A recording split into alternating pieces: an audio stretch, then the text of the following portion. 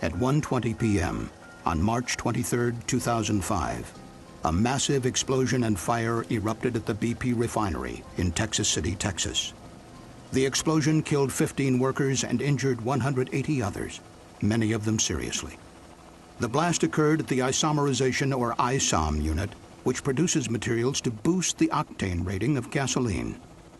The explosion shattered windows in homes and businesses up to 3/4 of a mile away from the 1,200-acre refinery. As thick black smoke billowed from the plant, authorities instructed some 43,000 Texas City residents to stay indoors. The accident cost BP billions of dollars in victims' compensation, property damage, and lost production. This investigation was the largest and most comprehensive investigation in the history of the Chemical Safety Board. CSB supervisory investigator Don Holmstrom led a 2-year investigation to determine the root causes of the accident. We interviewed over 370 witnesses. We looked at thousands of documents, literally millions of pages of documents, and we examined the plant, inspected over 40 pieces of instrumentation and equipment. The investigation team examined a wide range of safety systems, practices, and standards, and looked at human factors such as fatigue and communication between operators. The board's report was released at a public meeting in Texas City on March 20, 2007. Then CSB Chairman Carolyn Merritt presided. Many of you here tonight had family members or co-workers who were victims of this explosion. To all of you, I express my deepest condolences and sincere wishes that society never allows another accident like this to occur. The tragedy at BP was the worst industrial accident in the United States in nearly 15 years. The CSB concluded that it was the result of organizational and safety deficiencies at all levels of the company. We found that BP management had, for many years, overlooked warning signs of a possible catastrophic accident. There's an old saying that if you think safety is expensive, try an accident.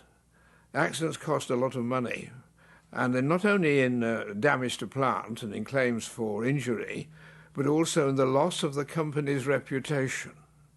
The reason why the Texas City accident has such an impact is because when people look at it, they can see that they are all in the same boat, that the problems which led to that accident are likely to be present at other sites around the world. My fear is that some of the other refineries within the United States will feel that couldn't happen to me. And the ones that feel that that couldn't happen at their site is the ones that are set up to have it happen there. The following CSB computer animation depicts the sequence of events over an 11-hour period leading to the explosion at the BP Texas City refinery on March 23, 2005. Several units at the Texas City refinery had been shut down for lengthy maintenance projects, which required nearly 1,000 contractors to be on site along with BP employees. BP had positioned a number of portable trailers close to process units for the use of contractors and other maintenance workers. Over a period of months, BP had located 10 trailers for workers servicing the ultra-cracker unit, including a double-wide wood-frame trailer that contained 11 offices and was regularly used for meetings. Though these trailers were located near the isomerization unit, the occupants were not warned the ISOM unit was about to start up, a potentially hazardous operation. At 2:15 a.m. on March 23rd, overnight operators began introducing flammable liquid hydrocarbons, known as raffinate, into a 170-foot tall raffinate splitter tower used to distill and separate gasoline components. Near the base of the tower, there was a single instrument that measured how much liquid was inside. It transmitted this information to a central control room located away from the ISOM unit. But this level indicator was not designed to measure liquid above the 9-foot mark. During normal operation, the tower was only supposed to contain about 6.5 feet of liquid. But during startups, operators routinely deviated from written procedures and filled the tower above the 9-foot mark, concerned that if the liquid level fluctuated too low, it would cause costly damage to the furnace. At 3:09 a.m., as the liquid neared the 8-foot mark, a high-level alarm activated and sounded in the control room. But a second high-level alarm, slightly further up the tower, failed to go off. By 3:30 a.m., the level indicator showed that liquid had filled the bottom 9 feet of the tower, and the feed was stopped. The CSB later estimated that the liquid was, in fact, at a height of 13 feet. But operators could not know the actual level because the indicator only measured up to 9 feet. The lead operator had been overseeing the startup from a satellite control room within the ISOM unit. At 5 a.m., he briefly updated the night board operator in the central control room about the startup activities. The lead operator then left the refinery early, an hour before the end of the shift. A new board operator arrived in the control room around 6 a.m. to start his 30th day in a row working a 12-hour shift. He spoke briefly with the departing night shift operator and then read the logbook to prepare for the startup. But the logbook did not clearly indicate how much liquid was already in the tower and equipment, and it left no instructions on routing of the liquid feed and products when the startup resumed. Instead, the control board operator only found a one-line logbook entry that said, ISOM brought in some RAF to unit to pack RAF with. At 7:15 a.m., the day shift supervisor arrived. Because he was more than an hour late, he received no formal briefing from personnel on the night shift about conditions in the ISOM unit. At 9:51 a.m., operators resumed the startup. They began recirculating the liquid feed and adding more liquid to the already overfilled tower. As new feed was added, startup procedures called for regulating the liquid level in the tower using the automatic level control valve. But the board operator and others had received conflicting instructions on routing the product. As a result, this critical valve was left closed for several hours, blocking the flow of liquid from the tower. A few minutes later, operators lit burners on the furnace to begin heating up the feed, part of the normal startup process. While the startup was underway, the day supervisor left the refinery on short notice just before 11 a.m. to attend to a family medical emergency. Contrary to BP's own procedures, no experienced supervisor was assigned to replace him. This left a single control board operator, now without a qualified supervisor, to run 3 refinery units, including the ISOM unit, which needed close attention. The refinery had eliminated a second board operator position following corporate budget cuts in 1999 after BP acquired Amoco. As the startup continued, the tower steadily filled with liquid, reaching a height of 98 feet shortly before noon, more than 15 times the normal level. But the improperly calibrated level indicator told operators in the control room that the liquid was at 8.4 feet and gradually falling. Furthermore, the control panel was not configured to clearly warn operators of the growing danger. It did not display flows into and out of the tower on the same screen, nor did it calculate the total liquid in the tower. Meanwhile, the maintenance contractors, who were not involved in the operation of the ISOM unit, left their work trailers to attend a company lunch, celebrating a month without a lost time injury. At 12:41 p.m., an alarm activated as the rising liquid compressed the gases remaining in the top of the tower. Unable to understand the source of the high pressure, operators opened a manual chain valve to vent gases to the unit's emergency relief system, a 1950s-era blowdown drum that vented vapor directly into the atmosphere. Operators also turned off 2 burners in the furnace to lower the temperature inside the tower, believing this would reduce the pressure. Nobody knew the tower was dangerously full. The operators did become concerned about the lack of flow out of the tower and began opening the valve to send liquid from the bottom of the tower to storage tanks. But this liquid was very hot. As it flowed through the heat exchanger, it suddenly raised the temperature of the liquid entering high up the tower by 141 degrees Fahrenheit. It was now about 1 p.m. Contract workers, unaware of the startup and the looming danger, returned from lunch and began a meeting in the double-wide trailer in the corner room closest to the blowdown drum. Over the next few minutes, the hot feed entering the tower caused the liquid inside to start to boil and swell. Liquid filled the tower completely and began spilling into the overhead vapor line, exerting great pressure on the emergency relief valves 150 feet below. At 1:14 p.m., the 3 emergency valves opened, sending nearly 52,000 gallons of flammable liquid to the blowdown drum at the other end of the ISOM unit. Liquid rose inside the blowdown drum and overflowed into a process sewer, setting off alarms in the control room. But the high-level alarm on the blowdown drum failed to go off.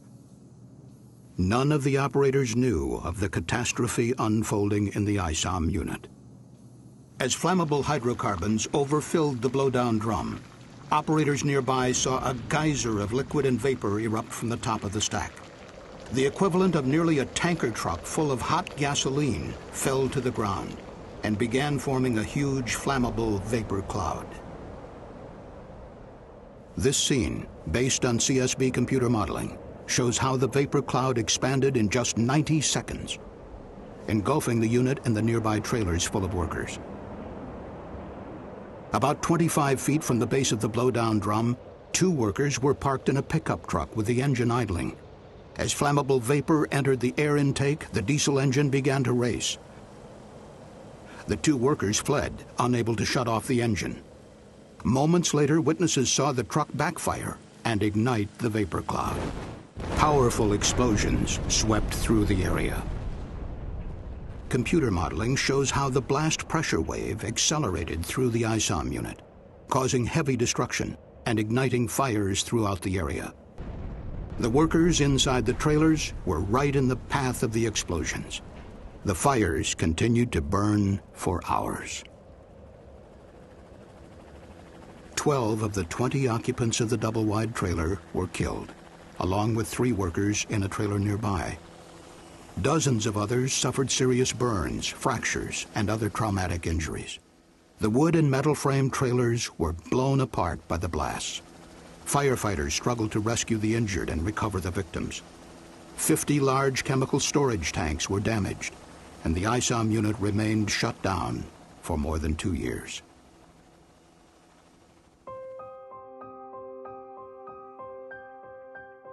During the early stages of our investigation, our team had noted there were multiple safety system deficiencies at the Texas City plant. We also found there was a history of fatalities at the plant. Prior to the March 2005 accident, 23 people died in accidents over a 30-year period at the Texas City refinery, beginning when it was owned by Amoco and continuing after BP acquired the refinery in 1999. The CSB wanted to know what the connection was between this history of fatal incidents and the organizational and cultural factors. BP Corporation's lack of focus on preventing major accidents allowed budget cuts to be made without assessing the impact on process safety. The CSB found that cost-cutting, production pressures, and failure to invest significantly impacted the process safety performance at the Texas City refinery and left the refinery vulnerable to catastrophe. After the merger with Amoco, BP ordered a 25% reduction in fixed costs at all its refineries. This impacted important process safety systems such as staffing, training, and mechanical integrity.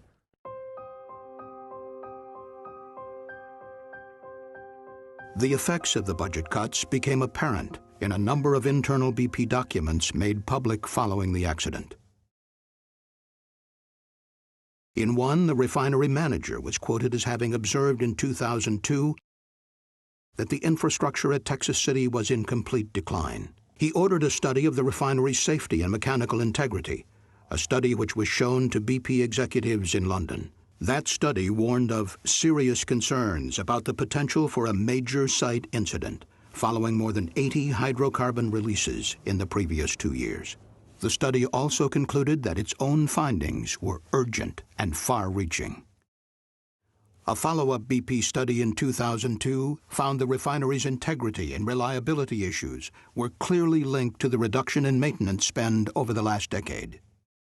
In 2003, a maintenance assessment stated that cost-cutting measures have intervened with the group's work to get things right. Usually, reliability improvements are cut.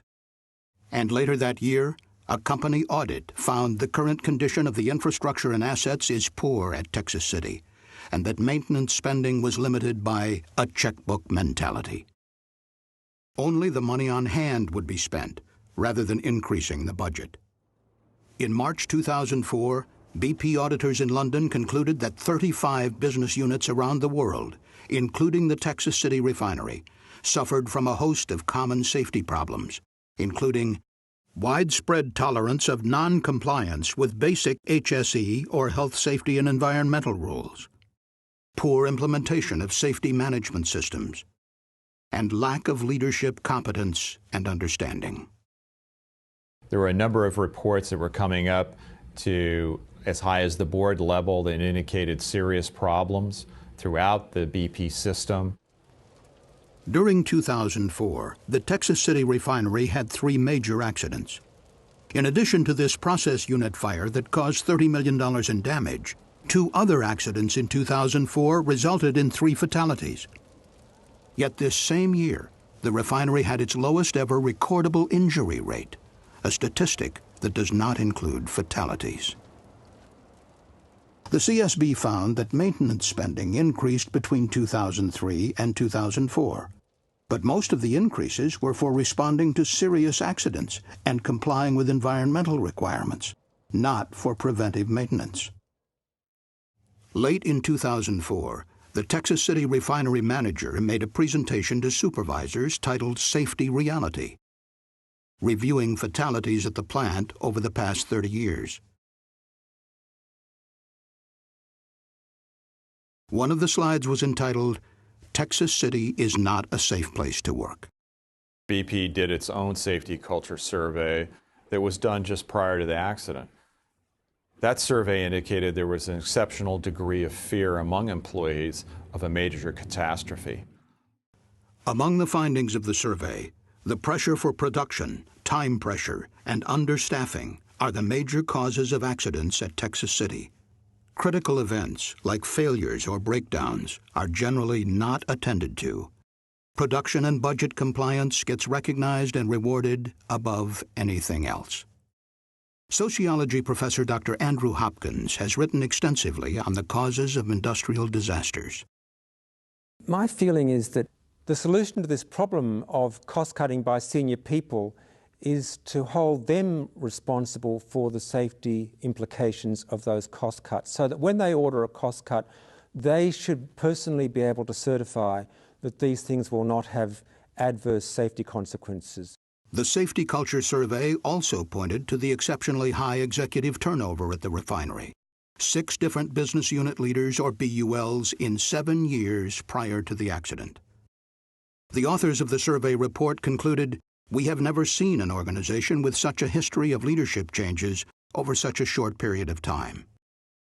Many managers are in and out within a space of 2 years, and what they are assessed on the basis of is the profit they make on an annual basis. Now, am I, as a manager, am I going to spend a large amount of money to deal with some remote risk that is very unlikely to generate a major accident during my year or two on my watch here? The survey of Texas City employees also found concern about safety and equipment checks potentially left undone. There was a check-the-box mentality, which indicated that personnel would go through the motions with various policies and procedures, but the work would not be conducted. For example, the tower high-level alarm had been reported as not functioning several times in the 2 years prior to the accident. But maintenance work orders for this alarm were closed, although the repairs were never actually made. Work orders could be closed out as completed, even though the work hadn't been performed. This is important because we found that on the day of the incident during the ISOM startup, there were a number of instruments and equipment that were not functioning properly. On February 20th, 2005, a company safety manager wrote, "I truly believe we are on the verge of something bigger happening." Then, 3 weeks later, a BP business plan recognized a number of key safety risks, including that TCS, or Texas City site, kills someone in the next 12 to 18 months. 8 days later, those fears were realized. Here were these warnings. These audits were sounding very clear warnings. So why weren't they attended to? I think my feeling is that Texas City was virtually paralysed by the cost-cutting which had occurred at that site, and they were simply unable to respond to those warnings. There needs to be somebody on the board of directors who can interpret those reports and be in position to drive change effectively. The CSB's final report recommended that BP appoint an additional non-executive member of the board of directors with specific expertise in refinery operations and process safety.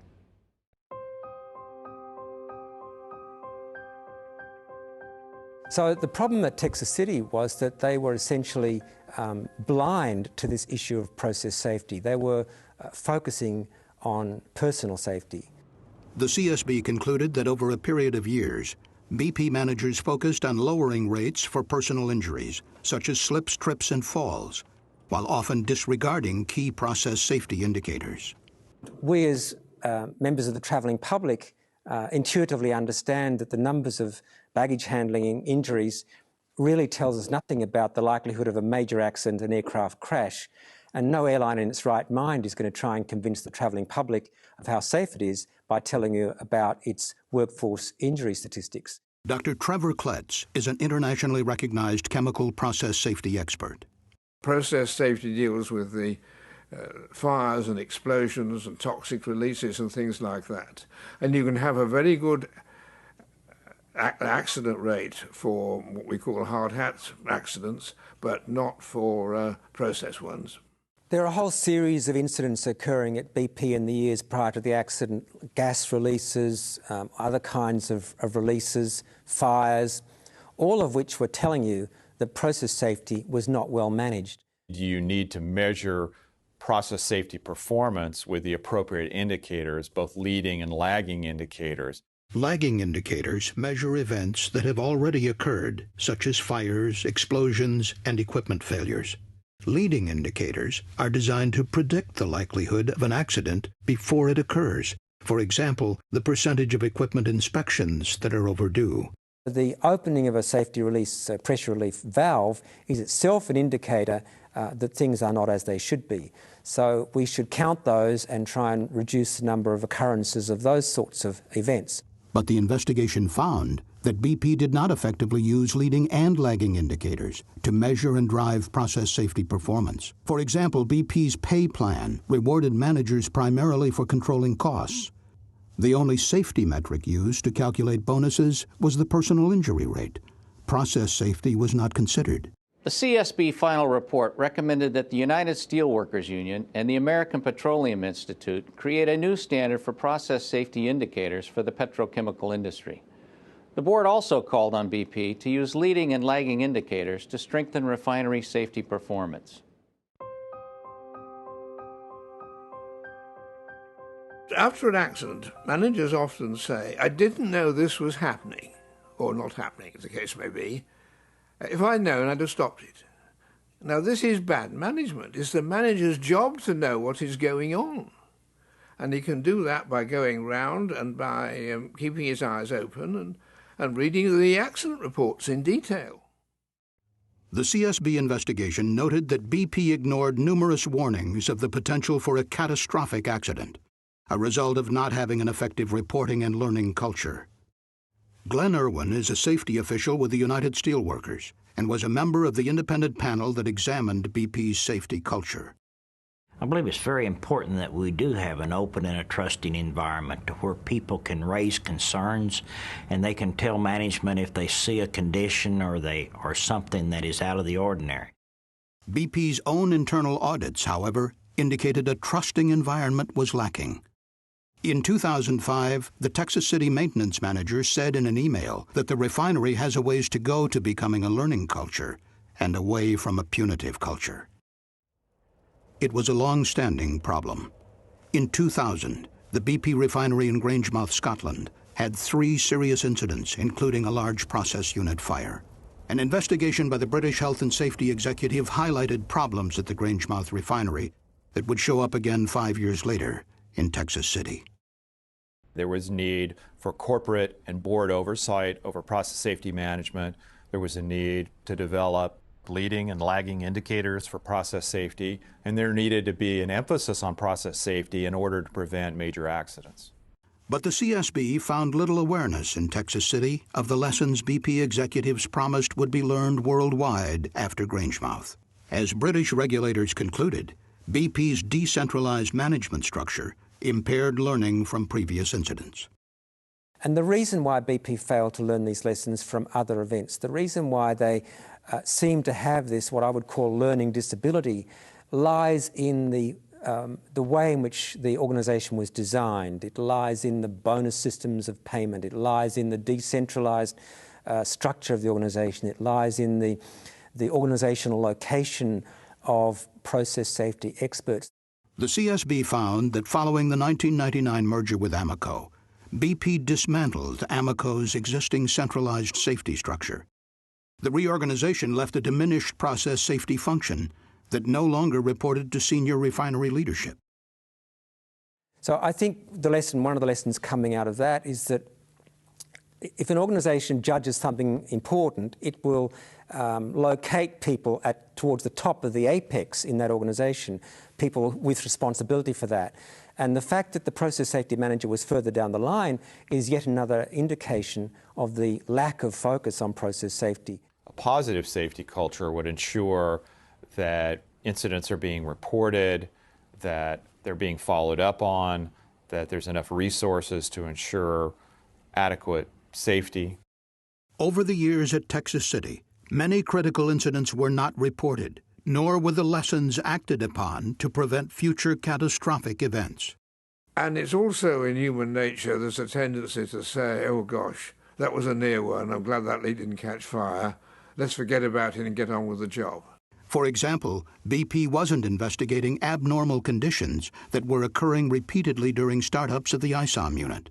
The CSB examined 19 previous startups in the 5 years prior to the ISOM incident and found in the vast majority of these startups, the operators ran a high level above the range of the level transmitter.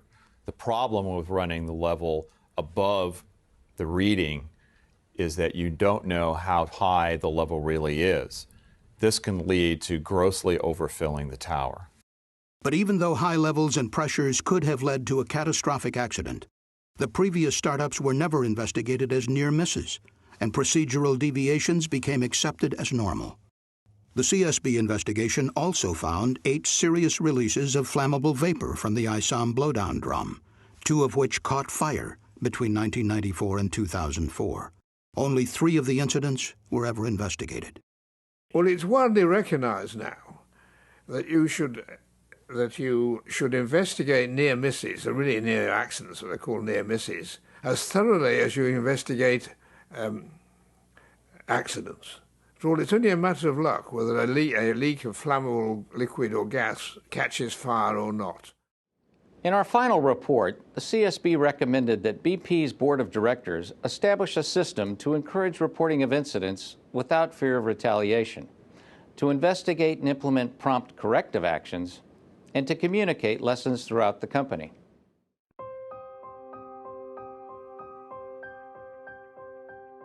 The first choice after an accident is to say, how can we improve the design so this can't happen? How can we remove the opportunity for errors? Even as releases occurred over many years in the ISOM unit, BP continued using equipment based on outdated designs. The raffinate splitter tower lacked modern design safeguards, such as redundant level indicators and alarms, a differential pressure indicator, and automatic interlocks to prevent overfilling. In a well-designed plant, a simple error like closing the own valve shouldn't result in an accident.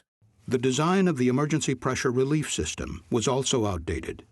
Relief valves vented hydrocarbons directly to the atmosphere through an antiquated blowdown drum, which was first installed in the 1950s.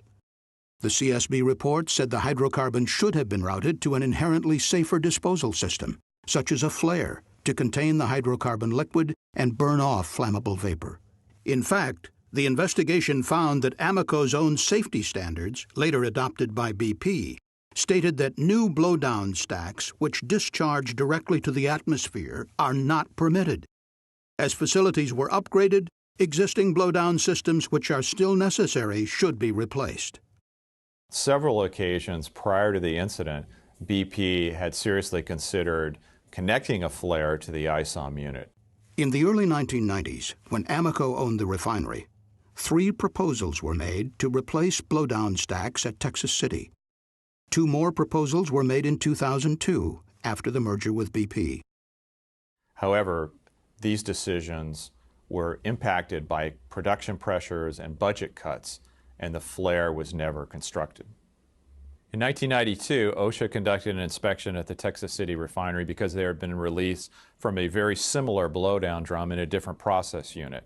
OSHA cited the then Amoco refinery for the unsafe blowdown system. OSHA determined that the design of the blowdown drum was unsafe because it did relieve to atmosphere. It didn't relieve to a safe place. But OSHA later withdrew the citation after Amoco asserted the equipment conformed to American Petroleum Institute standards.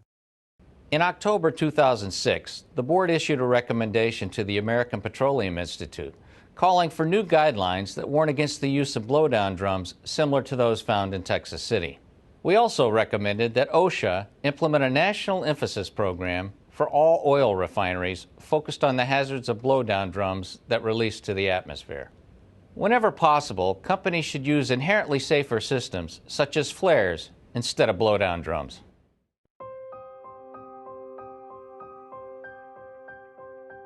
The presence of occupied trailers near the blowdown stack added to the hazards of venting flammable material to the atmosphere. Prior to the incident and prior to the startup of the ISOM unit, a number of trailers, occupied trailers, have been placed close to the ISOM unit. These trailers were occupied by workers who were not involved in the turnaround activities in the ISOM unit. The investigation found this was a key factor leading to the deaths of the workers. They were right on top of the process in trailers as close as 120 feet from the blowdown drum, which is right at the edge of the isomerization process. CSB investigator Mark Kasniak. Well, it is not safe to have trailers that close to a blowdown drum or at the edge of an active process in a petroleum refinery. During an explosion in a refinery, you're actually safer in the open atmosphere than if you were working inside of a trailer. This is because the explosion overpressure will destroy the weak trailer construction, resulting in the formation of missiles and walls collapsing, which is potentially fatal to the occupants. The CSB determined that industry siting guidelines did not adequately protect trailer occupants from the fire and blast damage that can occur hundreds of feet from an explosion like the one at BP. We found that these guidelines were not safe enough prior to this accident and resulted in placing people in harm's way. In addition, BP did not follow its own management of change procedures before placing most of the trailers in a dangerous location. They did not assess the blast hazards posed to the trailer, and action items that were created during the review were never followed up and corrected. Ultimately, the decision on where to place the trailers was largely based on convenience, not safety. And contrary to BP startup procedures, on the morning of March 23rd, managers did not remove personnel from the nearby trailers or even alert them that the potentially hazardous startup was taking place. The explosion totally destroyed 13 trailers and damaged 27 others, some as far away as 1,000 feet. People inside trailers as far away as 479 feet were injured. In October 2005, the CSB issued an urgent recommendation to the American Petroleum Institute to revise industry standards and establish minimum safe distances for occupied trailers away from hazardous process areas. On June 21, 2007, the American Petroleum Institute issued new industry guidelines to minimize the presence of people and occupied trailers in hazardous process areas.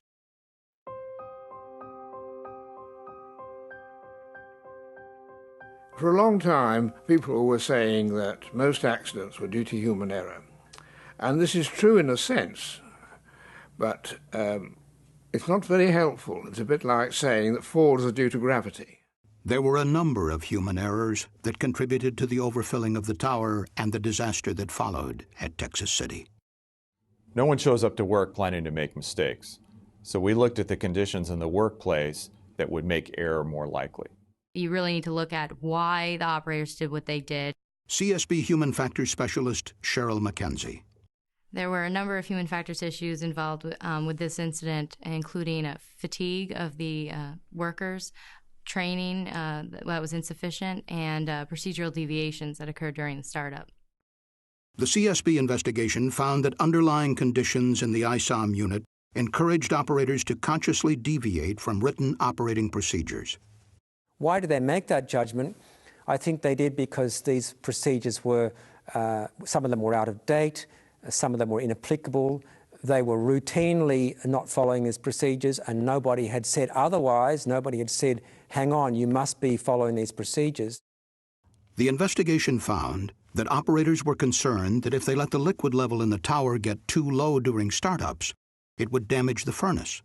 So they had adopted an informal procedure of adding extra liquid to the tower during startup.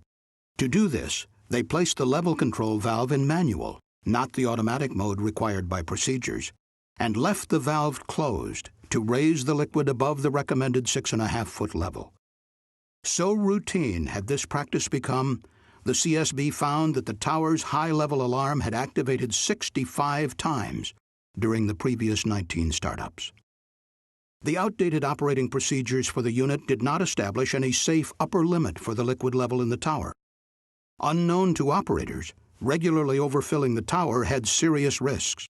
The tower's liquid level transmitter had a limited range, and should the liquid rise above the maximum reading of 9 feet, operators could not know if the tower was dangerously overfilling.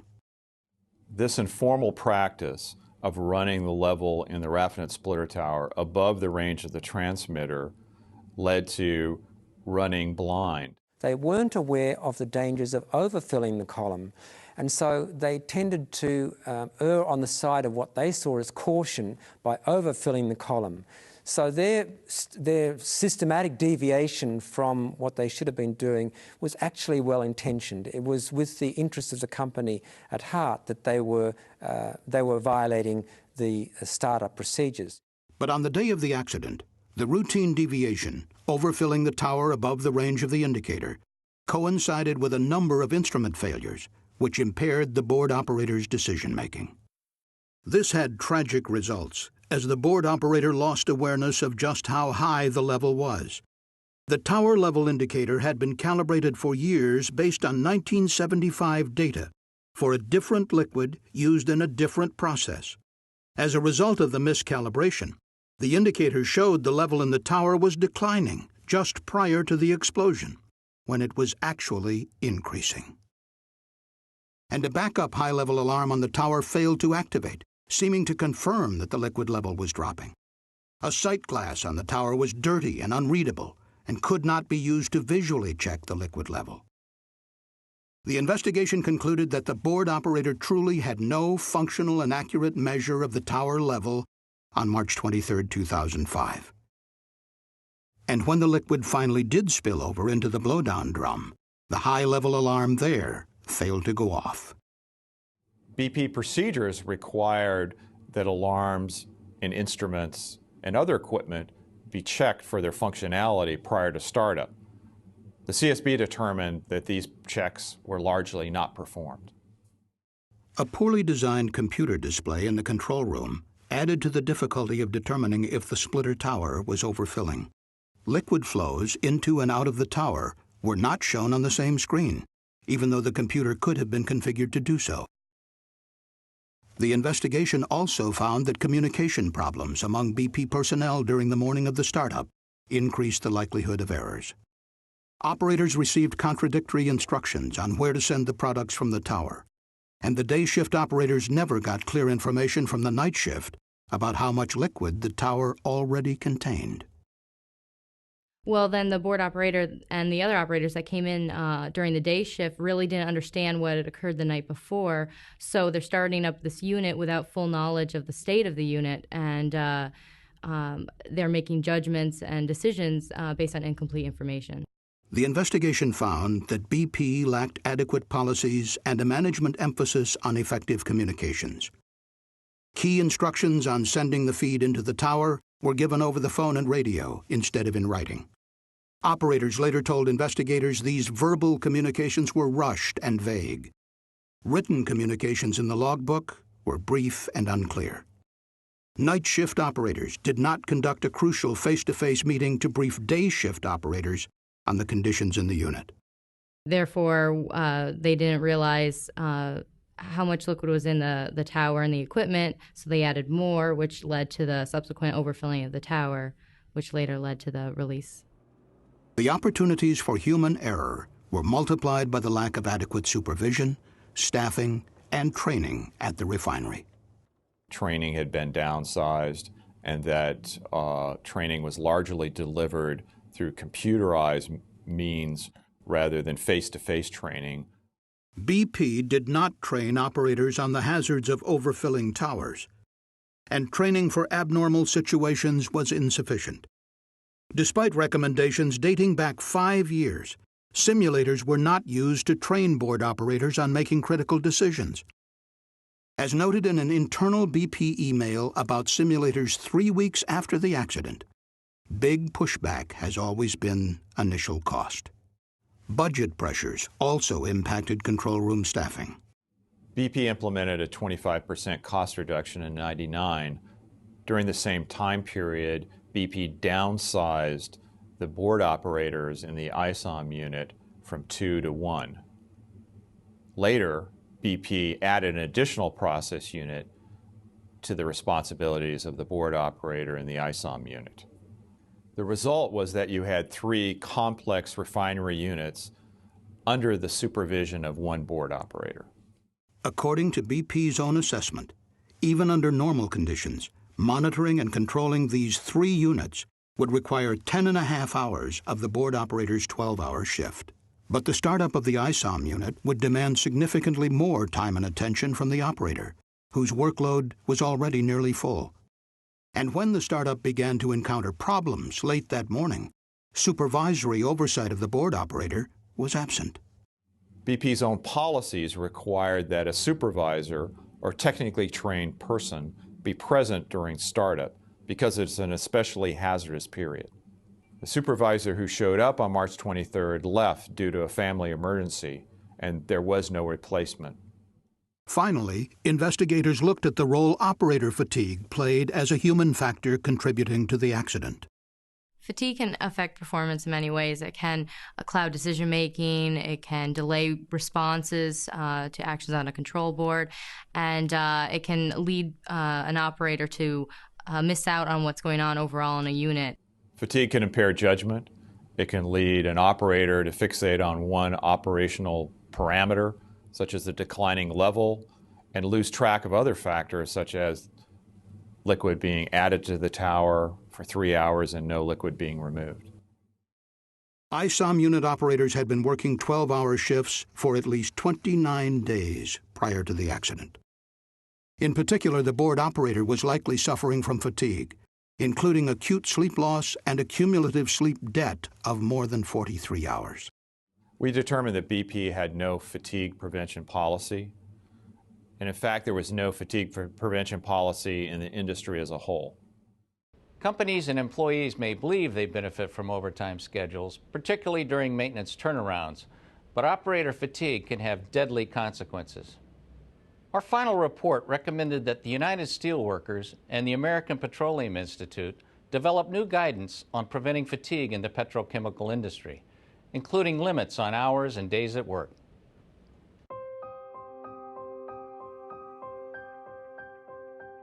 OSHA's 1992 Standard on Process Safety Management, or PSM, requires thousands of oil and chemical facilities to implement 14 management elements to prevent catastrophic releases.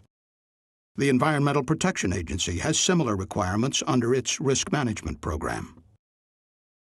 The CSB investigation revealed many long-standing deficiencies in the BP refinery's compliance with federal process safety regulations. Preventive maintenance and testing procedures were inadequate for key alarms, instruments, and equipment. Required safety studies of pressure relief systems were years overdue. Operating procedures were out of date. And there were other flaws. Management of change reviews were not conducted for critical design, equipment, and procedural changes. Hazard analyses were poor, overlooking serious fire and explosion risks.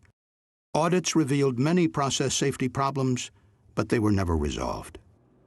OSHA's enforcement program for the PSM regulations requires planned, comprehensive inspections of facilities with accident histories or other indications of catastrophic risks.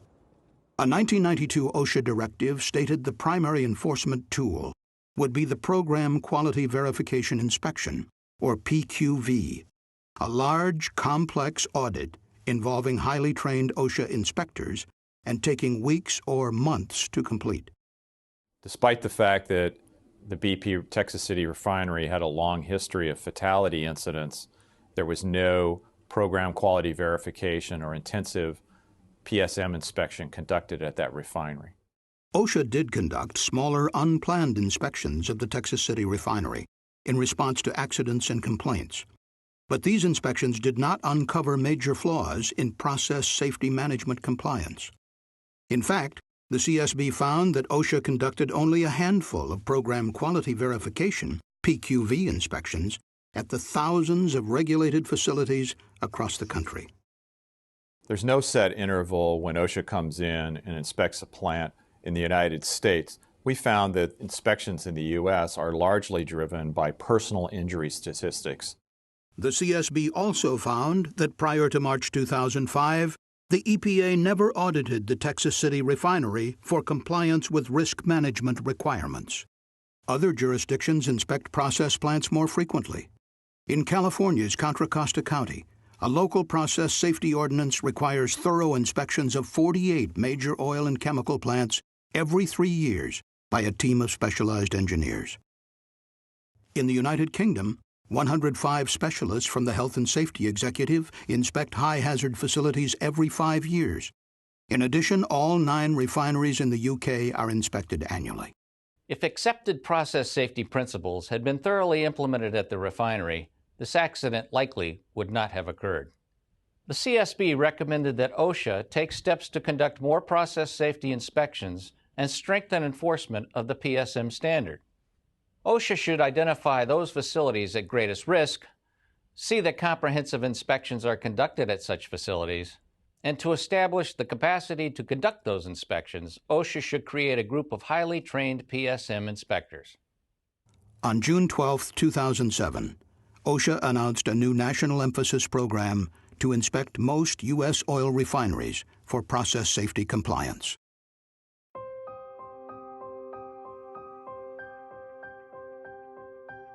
I participated in the panel because I lost a near and dear friend in this incident. A personal friend of mine was killed in this incident.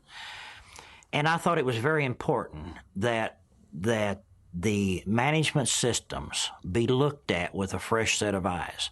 Early in the investigation of the Texas City accident, the CSB observed what appeared to be a pattern of safety deficiencies.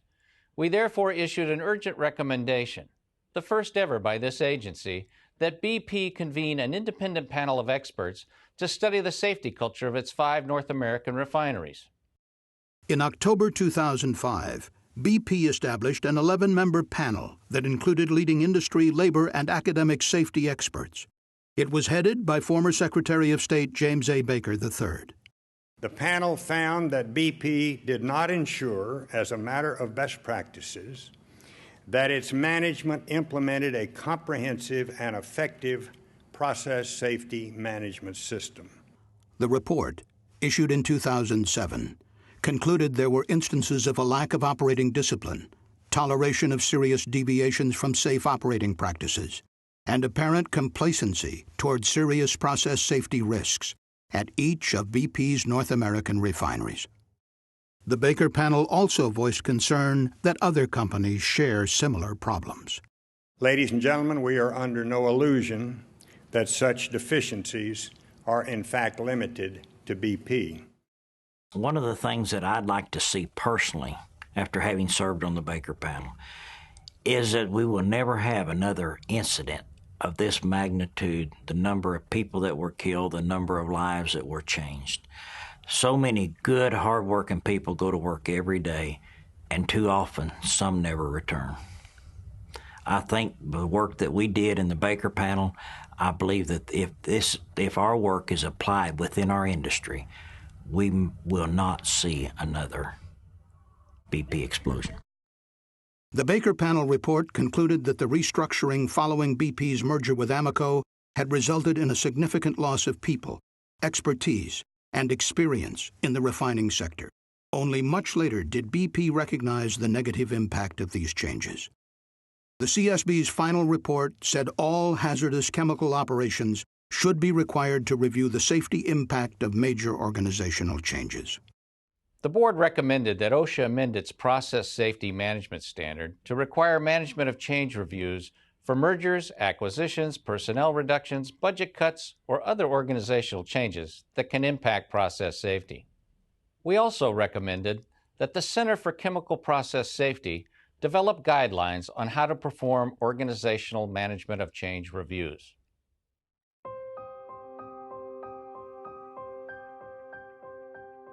The major problem with the chemical industry, and indeed with other industries, is that the way accidents are investigated, reports are written, circulated, read, filed away, and then forgotten. And then 10 years later, even in the same company, the accident happens again. There is a saying that organizations have no memory. Only people have memory. Once they leave the plant, the accident that occurred there is forgotten about. And what companies must do in the petrochemical industry is realise that the fact that you've had 20 years without a catastrophic event is no guarantee that there won't be one tomorrow.